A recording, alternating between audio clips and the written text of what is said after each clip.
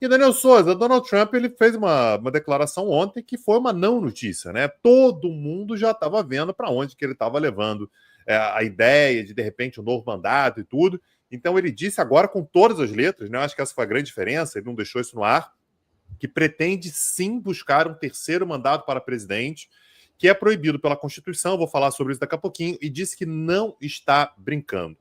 Ele disse, Daniel, que existem métodos para driblar a regra, como, por exemplo, né, isso, de novo, Daniel, ele está botando o plano dele todo. É uma tática muito conhecida, né, Daniel? Ele joga a tese e aí deixa as pessoas se revoltarem, reclamarem, falarem, mas também se acostumarem com a ideia, tanto os apoiadores quanto os detratores. E ele disse que uma das ideias seria ser eleito como vice-presidente, né, e o presidente renunciar. E aí, Daniel, é importante olhar para como é que essa regra de que só pode ter 2 mandatos é diferente do Brasil, né? No Brasil, você pode ter 2 mandatos consecutivos. Se você sai da presidência, depois você pode voltar e ter mais 2 mandatos consecutivos. Tanto é que o Lula, por exemplo, está no 3º mandato. É legal. Ele não poderia ter um 3º mandato consecutivo. Mas esse limite de mandatos, Daniel, ele foi incluído na Constituição dos Estados Unidos por meio da 22ª emenda, que foi aprovada no ano de 1951. E o motivo disso foram as 4 eleições vencidas por Franklin Delano Roosevelt. Ele venceu as eleições de 1932, 36, 40 e 44. Isso quebrou, Daniel, uma regra informal que existia nos Estados Unidos. Né? Era uma tradição que vinha desde que George Washington, o primeiro presidente americano, decidiu não se candidatar a um 3º mandato. Então ele já tinha tido 2 mandatos, ele decide não se candidatar a um 3º com a ideia de que tem que haver uma alternância de poder e, portanto, criou-se a partir daquele momento uma tradição de que, olha, nenhum presidente pode ter um 3º mandato, isso não pode acontecer. E isso em 1951, por conta da violação dessa tradição por parte do Roosevelt, estabelece isso na 22ª emenda. O que a emenda diz, no entanto, Daniel, é que ninguém será eleito presidente para mais de 2 mandatos. Né? Então, o que ele está dizendo é, se eu for eleito vice-presidente, eu não terei sido eleito presidente. E aí, Daniel, vai que o presidente renuncia e eu, que sou vice-presidente, acabo me tornando presidente. Então, o argumento dele é, eu não terei sido eleito para ser presidente. Claro, Daniel, que é uma extrapolação do próprio princípio que embasa a regra, né? Que ninguém deve ser presidente mais de uma vez, mais de 2 vezes. E, portanto, a gente tem aí uma forma, Daniel, de esgarçando as regras que embasam a Constituição americana, Daniel. Claramente, o Donald Trump está forçando, né, uma interpretação, no mínimo, malandra da Constituição dos Estados Unidos. É claro que nós não somos juristas, mas me parece violar o espírito constitucional.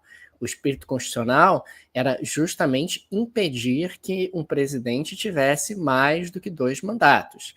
Quando você ainda antecipa a sua intenção, quando você antecipa o seu plano, fica ainda mais claro o que você está querendo fazer, e isso seria certamente judicializado, pararia na Suprema Corte, uma vez que o Donald Trump está buscando algum tipo de subterfúgio para permanecer no poder. Até porque, Daniel, a forma correta de fazer isso, você não quer seguir a Constituição, você tem que reformar a Constituição. Há formas de reformar a Constituição, como, por exemplo, levar essa matéria para a Câmara e para o Senado. Só que para isso, Daniel, você precisa de 2/3 da Câmara e 2/3 do Senado. É impossível, né? Você tem ali uma maioria republicana que é muito pequena e não consigo vislumbrar daqui para frente, Daniel, um cenário no qual o Partido Republicano ou o Partido Democrata consigam 2/3 da Câmara ou do Senado. Alternativamente, uma outra possibilidade, Daniel, seria conseguir o apoio de 2/3 dos estados. São 50 estados. Também não vai conseguir isso, não tem como acontecer. Então ele já está buscando aí, Daniel. Pode falar de jabuticaba americana, Daniel Souza? A gente fala muito de jabuticaba brasileira, né? Como é que fala jabuticaba em inglês, Daniel? Não sei como é que fala, não. Jabuticaba. Jabuticabas. Então ele está querendo arrumar uma jabuticabas, que é... Pô, Daniel, isso aí, quem fez já foi Juan Domingo Perón, né? Perón, ele não podia voltar para a Argentina, ele foi presidente até 55, não podia voltar, e aí foi feito ali também um jeito de um outro cara ser eleito, né? Que era o... Esqueci o nome do cara.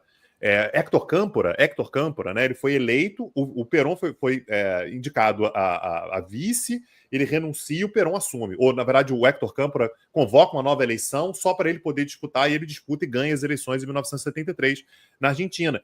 Então, são formas, Daniel, de ir dando uma mudada na regra e tal. E aí depois o Trump desconversa. Fala, não, mas isso aí é mais pra frente, a minha administração está apenas começando, e depois a gente vê como é que vai ser. Mas ele claramente já lançou qual vai ser a tese jurídica que ele pretende abraçar daqui para frente, Daniel.